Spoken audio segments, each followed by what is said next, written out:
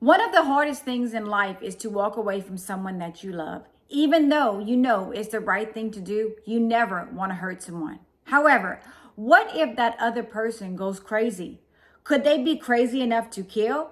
Let's find out right now.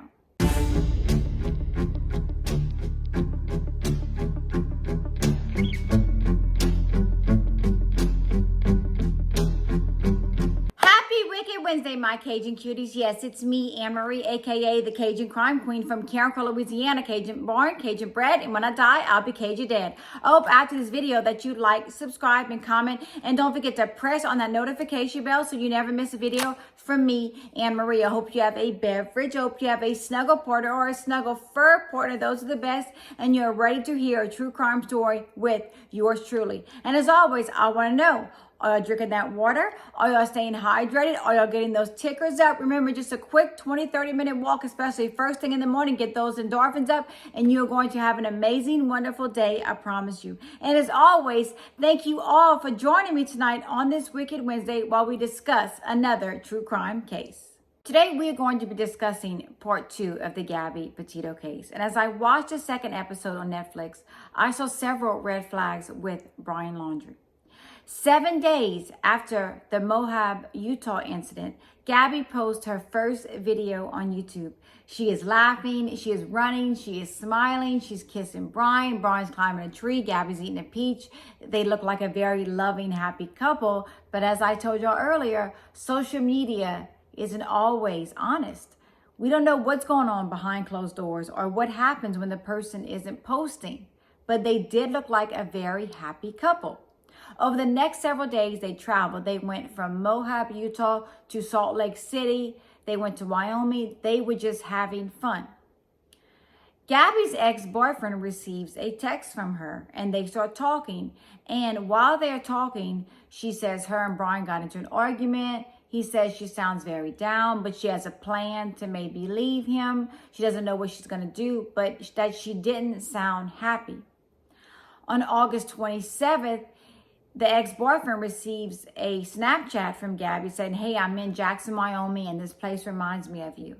On that same day, Gabby texts her mom saying that she wants to do this van life on her own. She feels like she could be more successful as a female van life, just doing it on her own, just having fun all by herself. On that same day, her and Brian are seen in Wyoming at a local grocery store. And you could tell there's tons of tension. There's a lot of tension. Brian gets out of the car. He slams the car door. He looks mad. He looks angry. And this is the last known footage of Gabby Petito.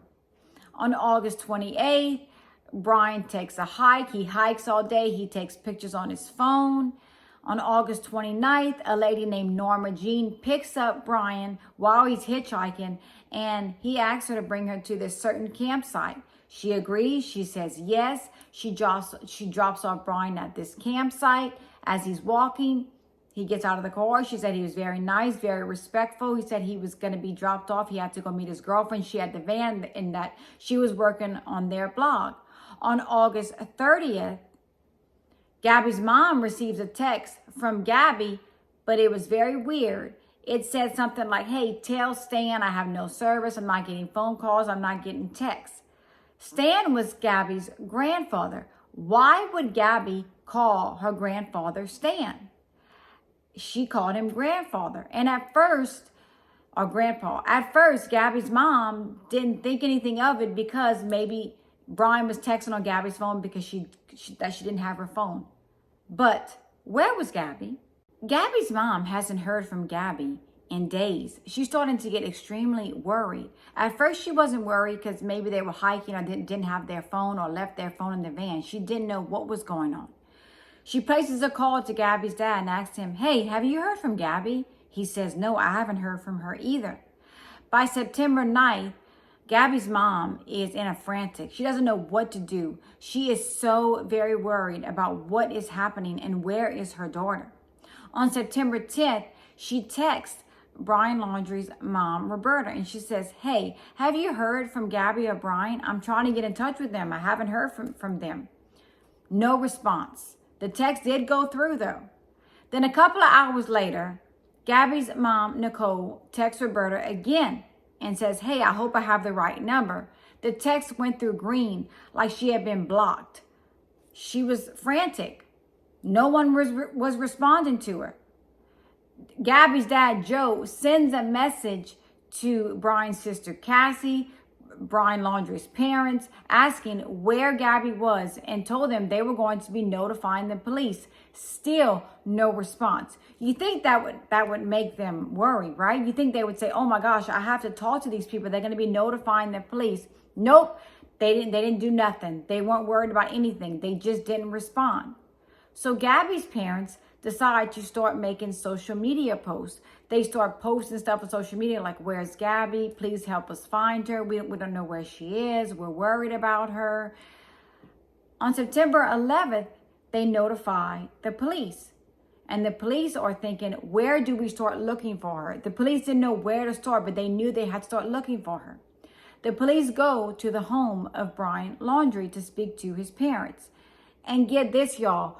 When the parents opened the door, the cops said, when is the last time you seen Brian and Gabby? Do you know what they say? They say, well, Brian's here, but not Gabby. Gabby's van's in the driveway. At this point, I would be frantic as a parent. I would be losing my mind, and I would think to myself, something happened to my daughter, to my child. Where is she? What in the heck could have happened? Nothing. The Laundries were not talking. Not Brian, not his parents, no one. No one would speak to the cops. But they knew, Gabby's parents knew something happened to their child. Because why would Brian be home but not Gabby? Where was Gabby? And the search was on now for Gabby Petito. At first, Gabby's parents thought both Brian and Gabby were missing. They thought maybe they got hurt while they were hiking. Maybe a wild animal came and attacked them. Maybe they were just lost in the wilderness. They didn't know what happened. But when they found out that Brian Laundrie was home in Florida, that was a huge blow to them. They were shocked, they were scared, they were worried. They just knew something was wrong. The parents aren't cooperating. Brian's parents will not cooperate with the police. They give police their attorney's phone number. They say, here, talk to our attorney. We're not talking to you.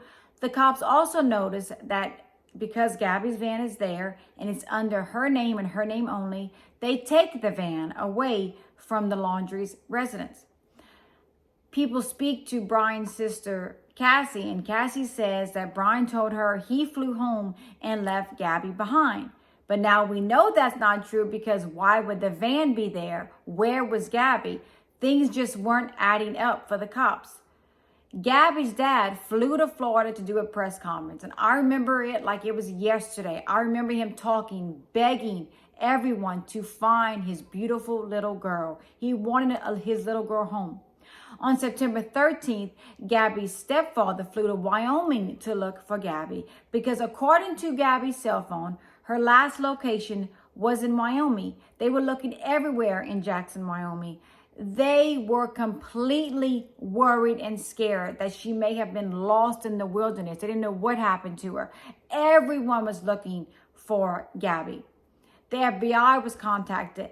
They had people walking, people on horses, side-by-sides, drones. Everyone around the area was looking for Gabby, because her last location was at Spread Creek camping site.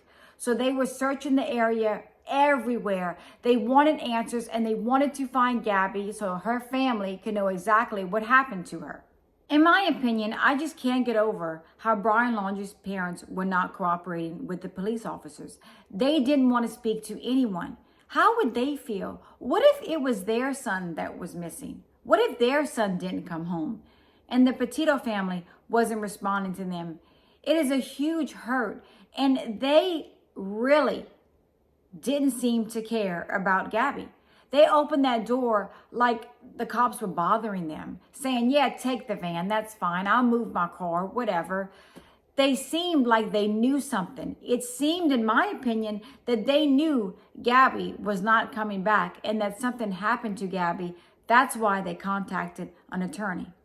Why would they have already contacted an attorney if They would just be notified that Gabby was missing. It just didn't seem right with me. And that Brian was there. Brian wasn't even talking to anyone either. He couldn't even tell Gabby's family where Gabby was. He couldn't tell the cops. No one was talking.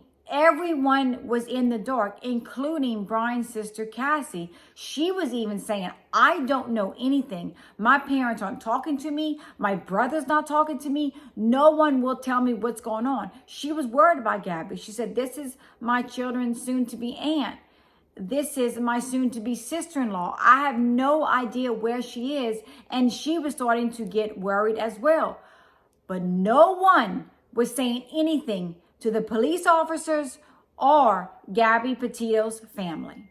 People are videoing. There are protesters at Brian Laundrie's home holding up signs, tell us where Gabby is, chanting, where's Gabby? No one is talking. You see the family mowing the grass, coming in and out of the house while everyone is watching. And we also found out that the Laundrie family went on a camping trip when Brian returned from Florida. They were on a camping trip for a couple of days.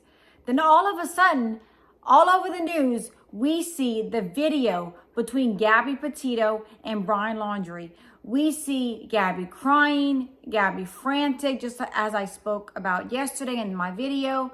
We also see Brian laughing, joking with the cops. It was very weird, the whole interaction between everyone on that day.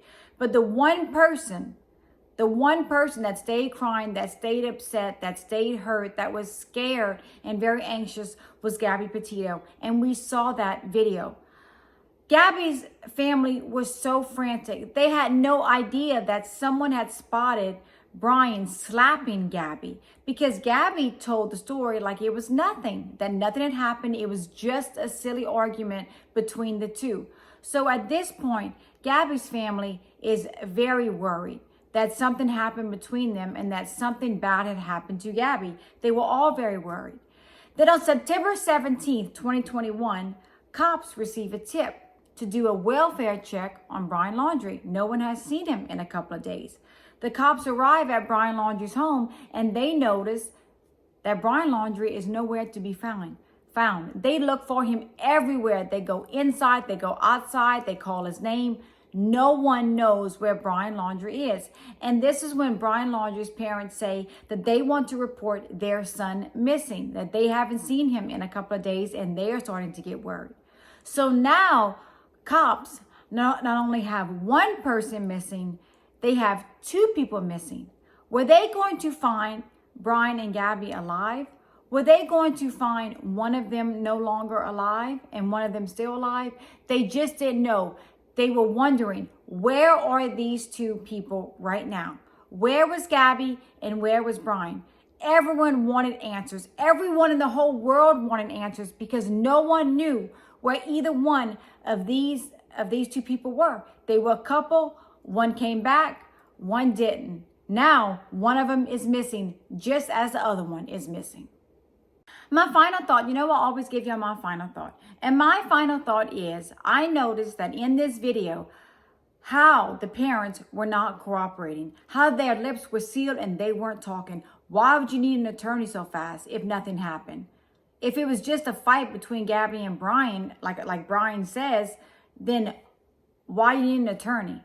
I mean, it didn't seem right. And the family, in my opinion, knew a lot more than they were saying. And for Gabby to reach out to her ex-boyfriend, I think she wanted some advice. I think she wanted someone to talk to. You don't always want to go to your parents. You don't want to tell your parents everything that's going on because you don't want your parents to worry. So Gabby reached out to her ex-boyfriend and they started talking. And I think she was trying to let someone know, hey, I'm not happy, but I have a plan and I am going to leave. But Gabby didn't get to leave. She was missing and no one knew where she was and if she was okay, if she was alive, if she had passed away, if something happened. But everyone knew that Brian Laundrie wasn't telling the truth. He wasn't. He was not saying everything he knew.